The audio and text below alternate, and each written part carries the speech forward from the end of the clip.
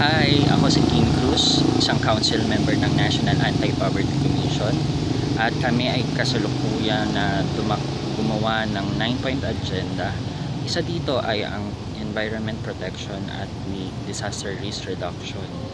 Nakapag-focus kami sa mga regional consultation across the 17 regions sa ating bansa, at ito ay nakafocus sa humanitarian response na merong 4 na thematic approach gaya ng humanitarian effectiveness, reducing vulnerabilities and managing risk, transformation through innovation, at serving the people in armed conflict. Kami ay gumagawa ng isang toolkit na may kinalaman sa kabataan patungkol dito sa aspetong ito.